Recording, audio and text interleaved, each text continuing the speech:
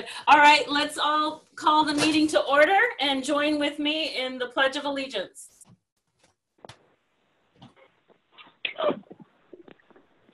I pledge allegiance to the flag of the United States of America America, and to the republic to the republic for which it stands, one nation, under God, indivisible, with liberty and justice for all.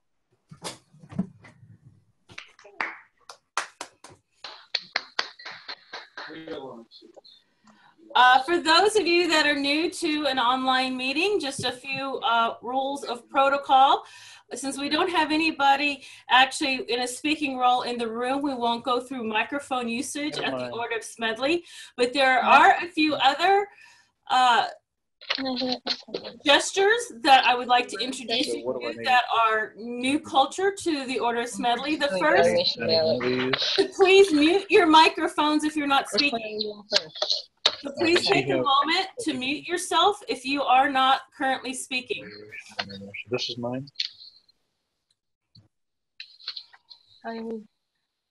Jean, mute. Emily, mute. Whoever, Mike Giglio, mute, please. There's a mute button. Jean, mute. Thank you. Emily, mute. Thank you. Okay, everyone's muted. Good. So that's the first order of business. The second is the virtual applause. Now that you're all muted, we cannot hear you applause. But if we can see your face, we can see you applause. So the way we do a Zoom applause, everybody from Smedley, please demonstrate. This is how we applause in the Order of Smedley online. Since we can't see you, hear you, we can see you. Applause. The other nice thing is in Toastmasters, we have a nice handshake. Even in clubs are not doing the handshakes anymore, but the Order of Smedley, the way we pass the floor to the next person is with a fist bump to your microphone. Everybody fist bump your microphone. That's how you know you're passing the baton or receiving the baton at the Order of Smedley. Last but not least is if you want to show your appreciation or you just want to have a little fun with the others online, you can do like I do and share a smiley face. There's lots of other ways you can have fun. We do encourage you to use your cameras to show how much fun you are having at the Order of Smedley, because after all, this is a very visual opportunity to participate. So with that, I'm going, yep, that's my favorite. Okay, so with that, I'm going to welcome everybody to the Order of Smedley. Just a few more housekeeping items. Once the meeting is over, I do encourage you to go into the chat box. In fact, we use the chat box. I will be personally managing the chat box. Michael Giglio also manages the chat box. He's in charge of all of our online technology. At the top of the chat box is a link to the Order of Smedley's meeting date today. On that meeting date, you will see on that post from our WordPress site, links to our agenda and our handouts. So you can download the agenda there, and if you're a judge, you can get the judge's ballots. Those are today's handouts. At the end of the meeting, I'd like to encourage you to revisit that meeting page and fill out a short exit survey and let us know how much you enjoyed or didn't enjoy your online experience with the Order of Smedley. So we'd appreciate everyone's feedback at the end of the meeting. With that said, I'd like to turn the meeting over to our contest master, Parveen Vahora. Good morning, everyone. Thank you for joining us for our first virtual contest. This is a very interesting way that we're doing it. Please, everyone's on mute. Please also silent your cell phones as well, or put them on airplane mode if you're a contestant. The bathrooms are in your own homes. No flash photography. This meeting will be recorded, just so the contestants do know this meeting is recorded, as is all meetings for the Order of Smedley. Okay. we're doing the evaluation, the international contest. We will now begin the international contest. I would like to read the purpose of the contest as defined by Toastmasters. To provide an opportunity to speakers to improve their speaking abilities and to recognize the best as encouragement to all. To provide an opportunity to learn by observing the more proficient speakers who have benefited from their Toastmaster training. Now to go over the eligibility rules, all contestants must be paid members. It has been confirmed that all contestants are eligible. Chief Judge, can you confirm that all judges are eligible? Chief Judge? Yes, all functionaries are eligible. Okay. Contestants must, originality. The contestants must create their own speeches and each must be substantially original. Any quoted material must be identified. The speakers can stay in the room. The timing of the international speech is to be 5 to 7 minutes. Any speaker, any speaker speaking less than 4 minutes and 30 or more than 7:30 will be disqualified. Our timer is Emily. Would you like to go over the rules for timing, Emily?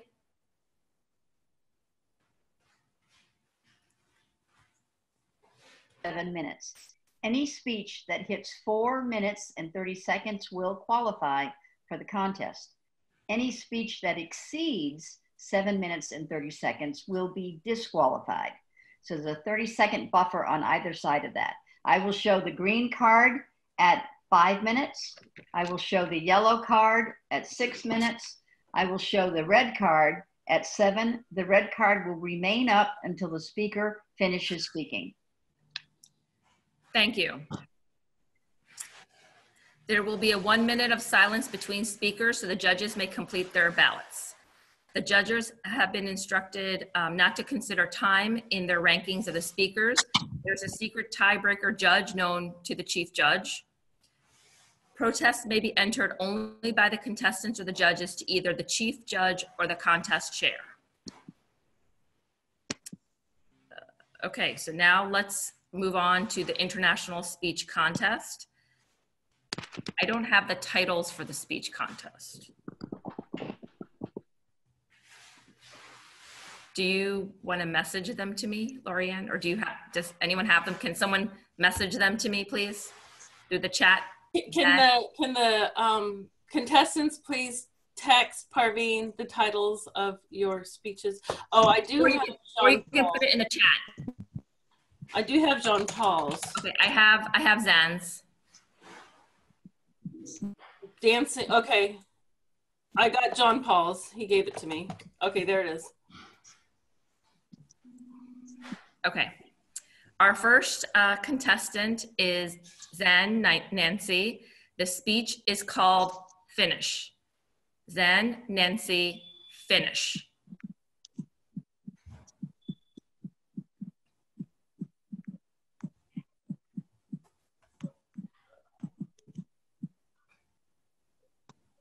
Can everyone hear me? Yes. Okay.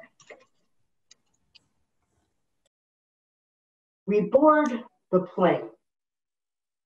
We buckle our seatbelts. We listen to the safety briefing. Then the pilot taxis the plane. He puts the plane on the runway, and then he puts the plane into the air. My fellow Toastmasters, we are in flight. Off we go, over the ocean, over the mountains, until we are close to our final destination. Our pilot puts us into a descent. He takes us from descent into final approach, and then he lands the plane. My friends, the pilot has finished our flight. And at the end of the flight, he feels an immense sense of satisfaction because he finished. My friends, you see, when we finish, we see an endorphin release. What are endorphins? Endorphins are these chemicals in our body, in our heads, that allow us to feel happy, that allow us to feel possibilities and greatness and our next steps. That's not the only way to release endorphins. You can have a Coca-Cola and that will release endorphins too, but that's just instant gratification. When we finish, it's because we have placed our minds in a catalyzing mindset. In Brilliant or Blunder, Mary Lepet describes a catalyzing mindset as the process by which we decide that we want to simply be done. We want it to be good, yet we do not aim for perfection. Why? Because we see that perfection can sometimes be the enemy of our own good. As we go through and we finish, we feel driven. All of you have felt catalyzed to finish at some point in your lives. Raise your hand if you remember the last time you were close to an education award. What did you feel in that moment? You said, I want to be done. I want to keep speaking, to keep finishing until I get to my goal, which is that education award. I've worked for months, I've worked for years to reach this point. One of my dear friends recently just got his DTM. He hunted and he hunted and he hunted, looking for that club he could sponsor so that he could finally put after his name, DTM. Why? Because he wanted to finish. He knew that Toastmasters allows him to speak. It allows him to grow.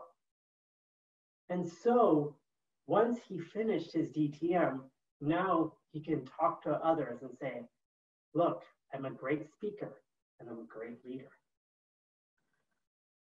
When I was in high school, I loved building model planes just like this one.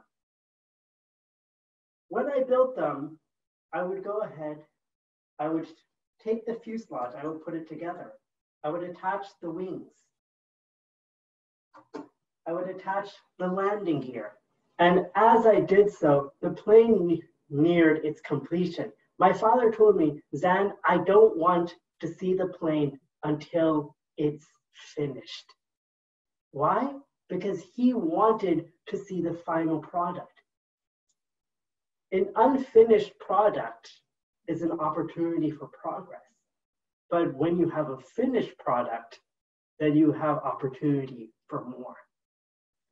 My fellow Toastmasters, I want to encourage all of you to continue to finish.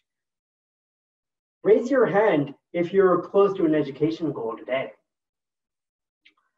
Raise your hand if you have felt motivated and passionate to continue sharing what you know.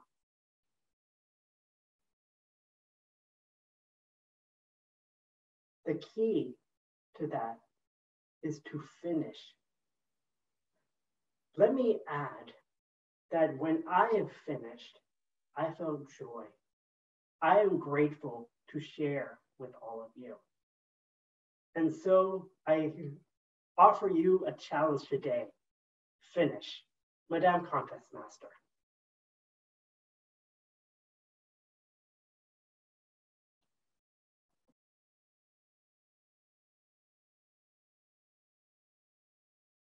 Thank you. Can we have 1 minute on the timer, please, Miss Emily?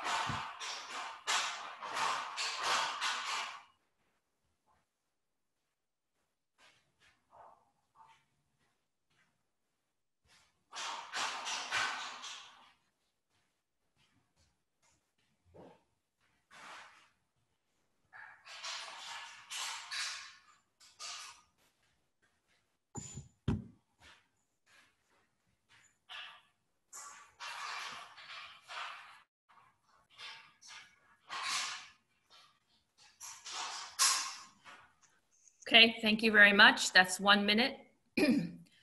Our next speaker is John Paul Rudball.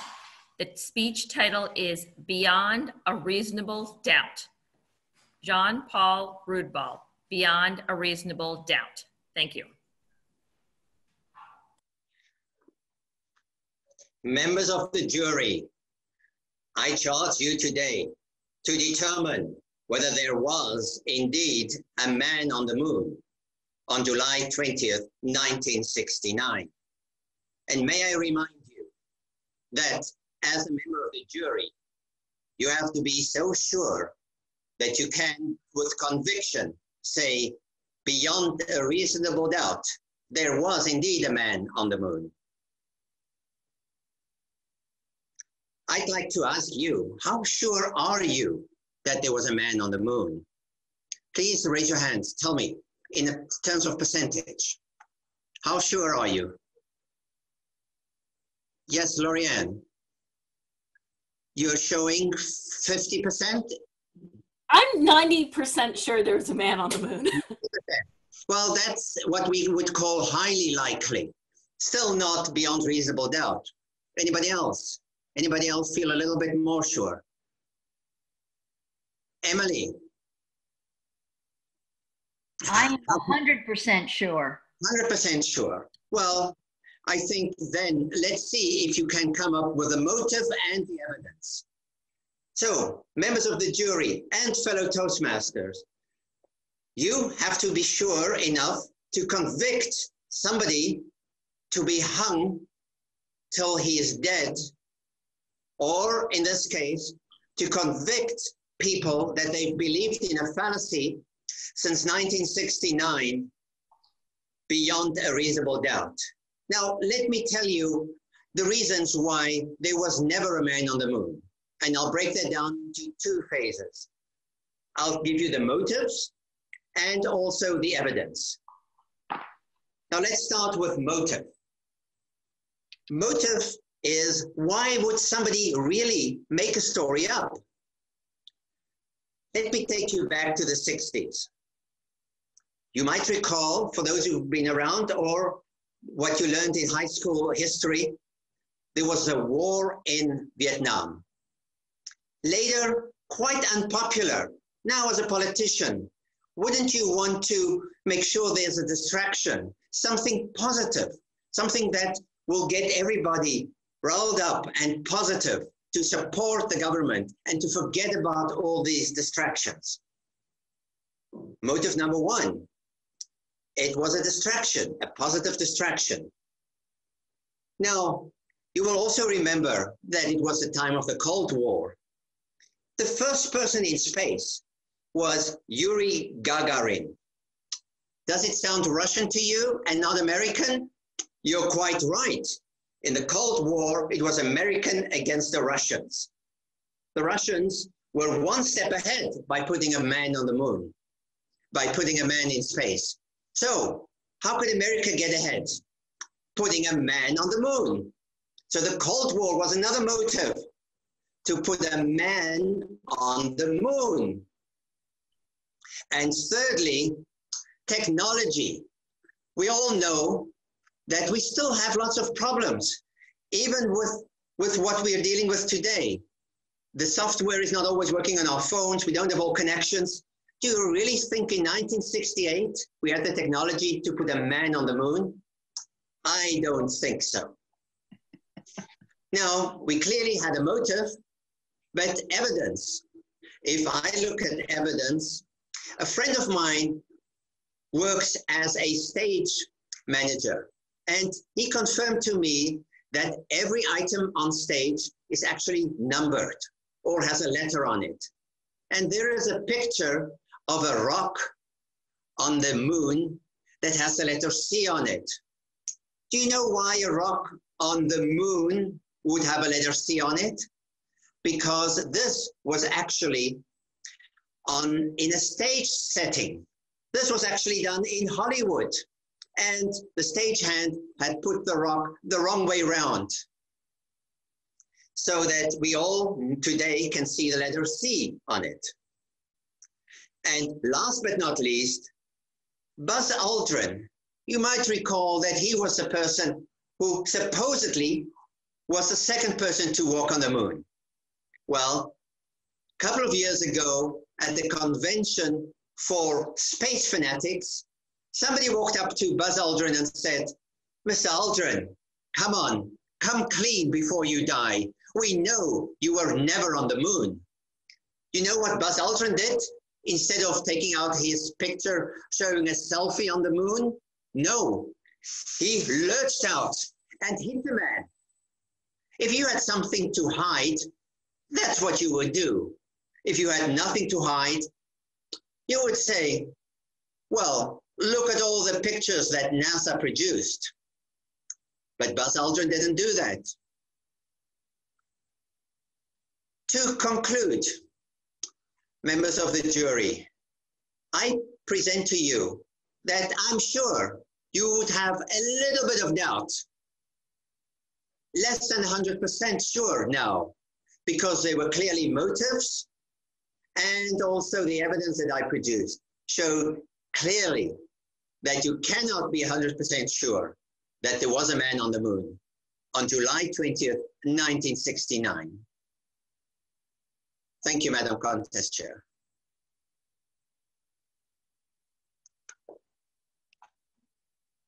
Thank you very much. Now, can we have silence while the judges tally their votes and give them to the ballot counters? Judges, you have to text Jeanette your ballots.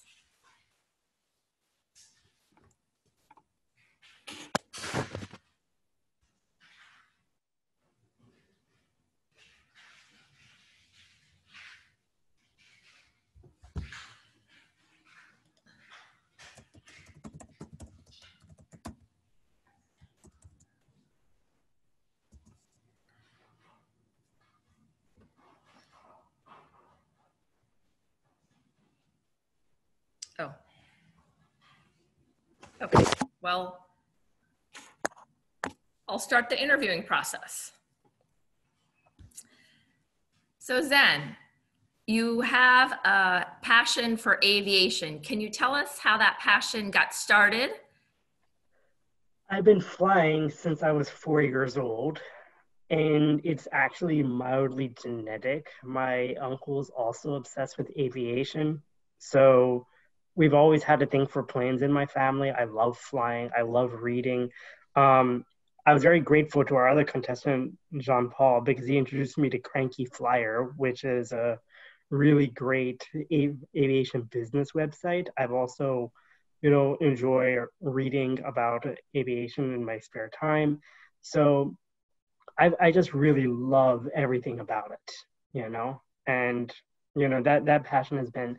That plane you saw there, I most certainly did not fly on that plane on my first flight, but I flew on that airline. Okay. So. Now, Jean-Paul, I believe you also have an aviation interest as well. That's true. Yes, I think we should start an aviation Toastmasters Club.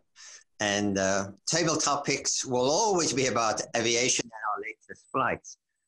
But yes, when I was a teenager, my friends said, Jean-Paul, you're always looking up in the sky, looking at aircraft. We think you're confusing aeronautics with erotics because you should be looking at the girls. So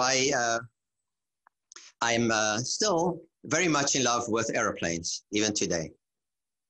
And so what you really should do, Jean-Paul, is you should come to the district conference in May, and that'll be an opportunity for you to meet the TPA Toastmasters Club. It's a club based out of our very own airport, Tampa International.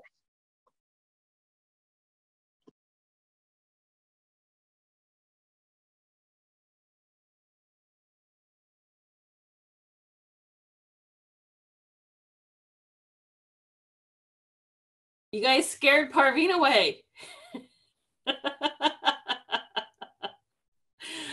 All right, well, she's gone. I'll ask you a question, Jean-Paul. I think she's got workers, probably fell through the roof or something. We'll just pretend that that's what happened.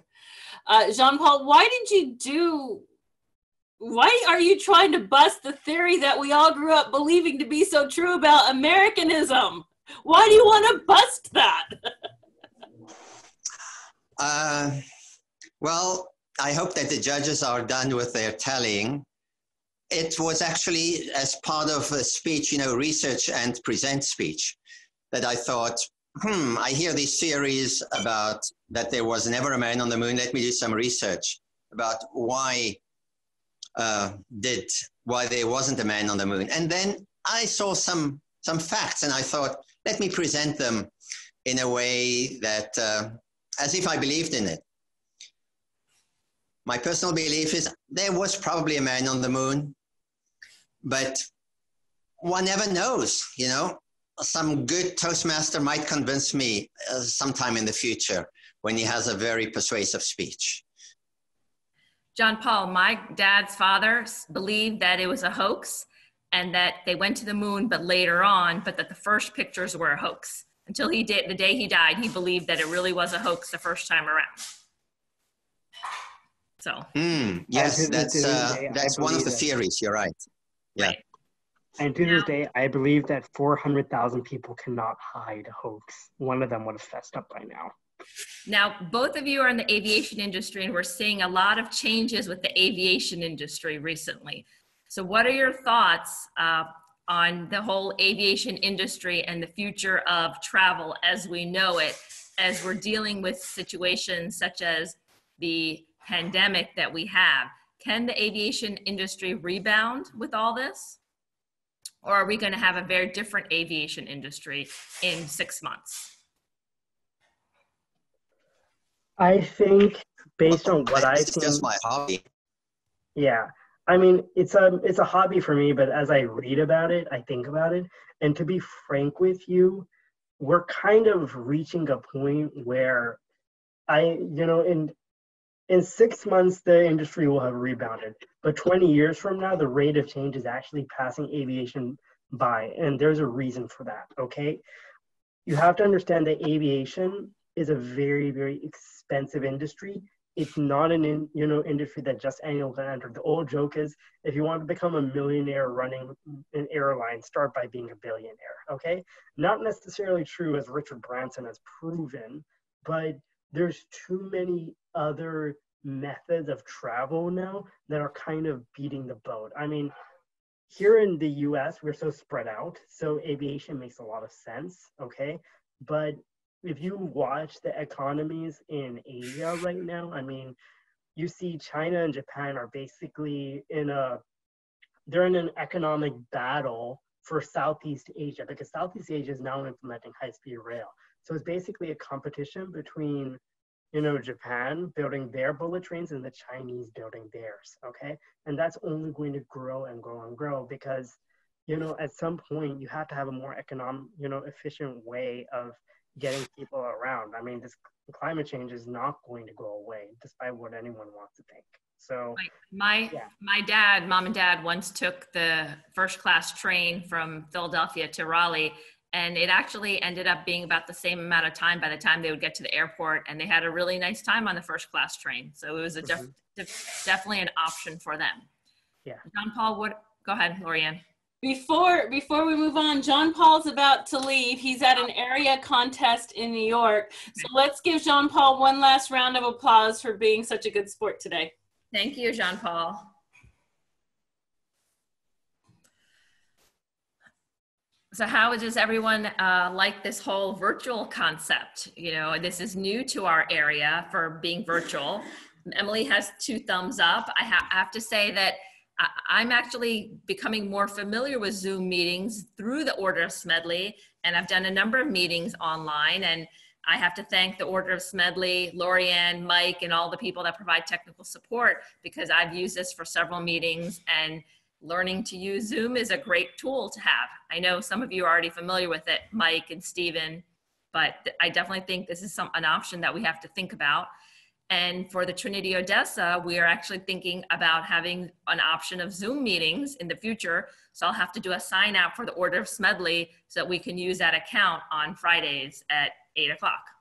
Yep, we do have a sign out sheet for the Order of Smedley Zoom account because it is a member benefit that any member of the Order of Smedley gets to use our Zoom account as a right and a benefit of being a member. Just as, well, we have a couple minutes and we're on topic, Parveen.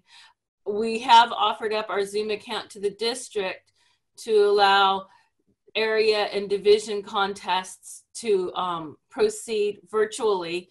So our account, so we've got one of 3 paid Zoom accounts within the district. The district has one, we have one, and then this other gentleman with a really cool name, he has one as well. So the 3 Zoom accounts will be offered up to be used as long as they don't conflict with the Smedley meeting. So that's going to be, I think personally, is going to be a good plug for Smedley out there, as people have also invited people to our upcoming meetings to see how our meetings are run before they start running theirs virtually as well, so they can experience what it's like and how we do things a little bit differently online. And also talking about that, Lorianne, we're very fortunate that Smedley has microphones and lavaliers.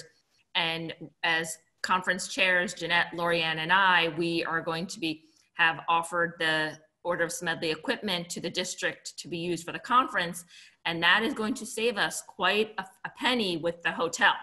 Like $1,800. Yes. And I'm sure this was mentioned before, but I am putting my camera, which is sitting right here, forth for that as well. So you guys will have access to my full recording camera. Thank you. Yes. And even Mohammed said it was a good idea to invest in equipment rather than keep renting from him year after year.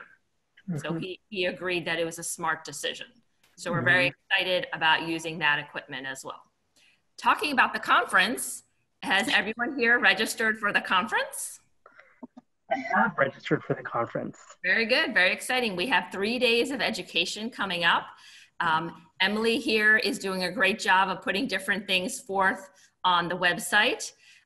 Jean, you've registered for the conference too, and Jean will be doing a presentation. I know Kelly has registered. I know Zain has. Stephen, have you registered for the conference? Putting everyone on the spot here. And Connie and Richard, I know Lorianne and I will be there. So if you have any questions about the conference, please feel free to let us know. We're still looking for volunteers if anyone would like to volunteer. Even if in your club, if you have anyone that would like to volunteer for positions, even as little as 2-hour sessions at the registration table or helping to be facilitators. So we're asking that, we kind of limit it to 2-hour sessions. Even if you're a facilitator and have to introduce different people, it would be 2 hours. Okay, we are currently waiting on the balloting. Jeanette is going to reach out to me once the ballots are here. Do we have any other thoughts from the people who are logged in? Go ahead, Jean. Jean, you're unmuted. I come off mute? Okay, I kept doing it, it wasn't working. So, hey, greetings everyone. I'm your Area 22 Director, so very excited to be virtual in this contest and learning today. Parveen, you were talking about the online meetings. I will also share, if you have not gotten to level 4, one of your electives is running an online meeting. So those of you that are participating and learning, you are going to be so much further ahead of the rest of the crew when you get to that level 4. So that's exciting. I just found that one last night. I'm like, and I just got done hosting a meeting 2 days before that I could have used. I'm like, darn it. I guess Lorianne and I can use that meeting and get someone to evaluate us on it. Right, Lorianne? Yeah, I'm still on level 3 and I'm not liking the project I'm on right now. I have to share about my emotions. But you finished one pathway, correct, Lorianne? I finished level 2. Now I'm on level 3, and because I'm on the motivational path, I'm doing emotional intelligence. And so I have to log my emotions for 2 weeks and how they affect other people, and then talk about it. I did a gratitude journal. That's one of the electives as well, is to keep a gratitude journal and to speak about it as well. So these are electives that we can do. Sorry, Parveen. Lorianne, maybe you could log in there when you zing something across the grocery store and it hits somebody. What's their emotions like? Because yours would be great. What's theirs like? Okay, so some of you have seen me do my speech called Grocery Shopping as a Contact Sport, and I was the test speaker it was probably my 5th or 6th time giving that speech. But I was the test speaker at Area 21 last weekend, right? Area 21. Gene was the contest master. And they don't give certificates to test speakers, but he gave me a gift. Oh. How And there's still chocolate. How's that possible? So it is, this is great. I was speechless. So you could also, my brother sent me a video about 2 women fighting in the grocery store over toilet paper. One lady had it in her cart, and then the other, she walked down the hall, like down the aisle, and someone stole it out of her cart.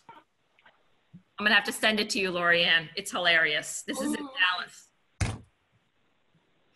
See, grocery shopping can be dangerous. You do have to pad up for it. It's a contact sport. That Correct. it is. It is. Emily, I wanted to tell you that the latest magazine has an article about district conferences on it. And I know we have a link through our website for the district magazine, but we may want to put that article up there. Good idea. It's a great article. I sent it to the trio and Lorianne and Jeanette, but you know, if we can somehow figure out how to link to it. It was a really good article about going to international, but if you can't go to international, and then it went into why you should go into a district conference. Oh, okay, good. Thank you. Definitely want to keep that in mind. Jeanette, how are we doing with our ballots here? I don't know, the room is silent. So Connie, anything new going on with your club at West Pasco? Are you thinking about doing online meetings? No, we're not, sorry to say. I don't know, with this whole virus though, we're having some discussions on how to continue on with what meetings and how to do it. So maybe you might see us. We don't know. We don't know right now. But we don't have a lot of tech savvy people in our group, I will tell you. Well, I think Zoom is pretty easy. I think, you know, once you have the link and you could also do maybe next week host, like have people gather at your meeting and then do login virtually at your meeting to kind of ease them into it. Yeah, I can't, we have about 10 members that won't even sign up for Pathways yet. Oh, okay. So I bring in my laptop, but can't get them motivated. So we're trying. Jean knows that. Jean, I'm having no issues. I mean, I'm having a lot of issues. So I brought in my laptop the last 2 meetings, but we're still having some pushback. So fortunately, Zoom is a whole lot easier than Pathways. Yes, I agree. Email, you can use Zoom. You know, I do the go to meetings and stuff all the time, and I have no issues, but yeah, we have old school, I guess. Yeah, yeah. Well, yeah. Jeanette, I see that you are here. Are you going to message me my results? Yes, but I want to let you know all ballots have been counted and all winners have been established and there were no disqualifications. Well, thank you very much. And Richard, how are your club meetings going along? Is Richard still there? I know Steve. Got to unmute me and get me on video. You know, Winter Haven Toastmasters, which is in District 84, located in Winter Haven, Florida, they have been just awesome. I'm telling you, this year we've grown by 10 members, and we're just doing wonderful. Can you speak up a little bit, Richard? Oh, yes. Hard to hear you. We are leading the district in educational awards right now. We've submitted over 30 educational awards, and so we're excited about that. We've got a good program going this year. We've got where we've asked our members to do 3 things. One is submit an educational award. Second is to invite 3 guests to a meeting, and third is to get our District 84 Club Ambassador pins. So that means they have to visit 3 other clubs in the district. And in order to track that, we had a paper chain, white paper chain, and each person signs their name to it. And each time that they earn one of those awards, it changes from bronze to silver to gold. And so we are working on getting a gold chain at the end of the year for a big celebration. And so everybody's on board. Everybody's working their butts off, bringing guests, bringing Smitten Educational Awards. So just a great group of people. I love my club members. They're astounding because they've just got so much energy. We already have 4 people that have the Triple Crown, and probably by the Toastmaster year, at least 10 of them will have a Triple Crown.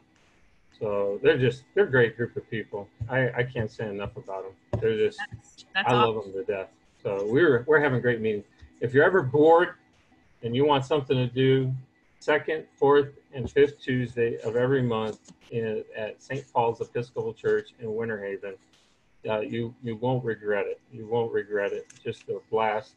If you come over for Legoland, to spend time at Legoland, just do it on a Tuesday, on the 2nd, 4th, or 5th, 5th Tuesday of a month, and that way you can just come in and sit down and just have a good time with us and listen to some great speeches, great evaluations, and good fellowship. So yeah, well, we're doing great. Awesome. Thank you for asking. So you are part of our district, right, Richard? No, not a part of our district? Okay. Okay, another district. Well, the ballots have been tallied, and let me go to my script here.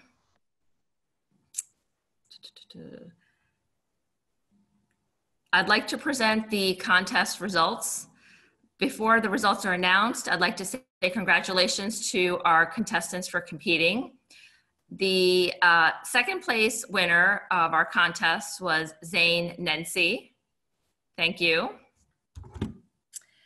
And our 1st place winner was John Paul.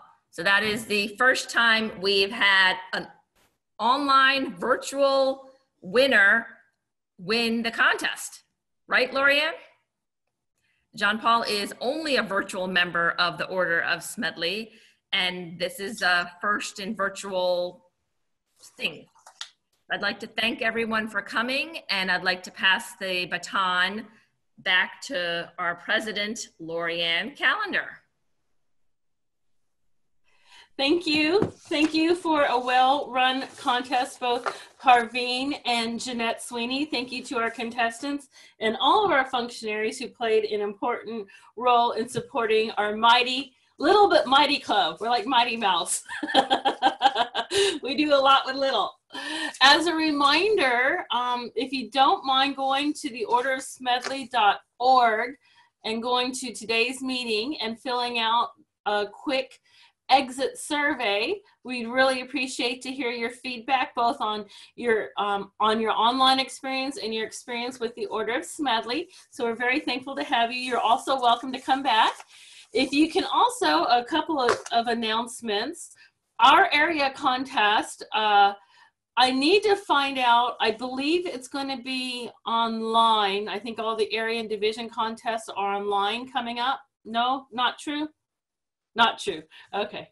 So that has not been announced at this point.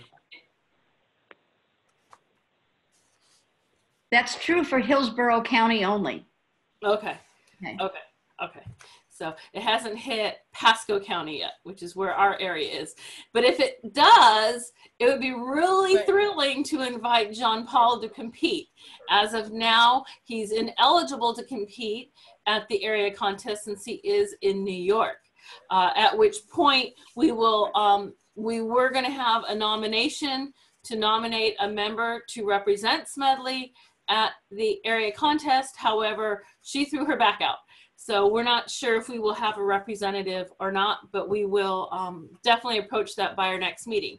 Speaking of our next meeting, if you can help me spread the word, our next meeting on April 28th will be precursor with the Area 22 Council. So we'll be hosting. Well, no, we have to nominate her at the day of the contest. Are we done?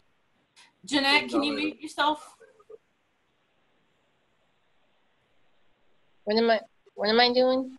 Mute. Okay, I did it. Maria. Mute. Okay, everyone's muted. Okay, so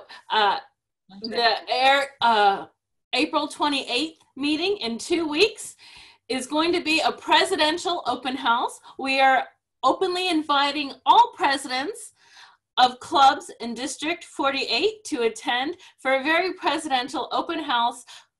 Oh, March 28th. Thank you, Coach Kelly. She just threw in the call. She called the play. There we go. March 28th. Thank you, Kelly. So March 28th, we will be having a presidential open house. We're inviting all presidents of clubs in District 48 to attend via Zoom, as we will have Area 22 presidents in person because of our area council and club meeting. It will be very presidential. The table topics of the day will be 100% table topics, will be centered around the theme of what it's like, good and bad, of running a club in District 48. So it should be a lot of fun, should be a good roast, and hopefully get us ready for a conference. Are we not doing an evaluation contest? No, we only had one contestant for that. So we're not going to do an evaluation contest. I believe you still have to do the contest for time. He's not attending area. Okay, so nobody's going on to area. No. Okay. No. So that concludes today's Order of Smedley meeting and international contest. I thank everybody for coming, and you have a terrific Saturday.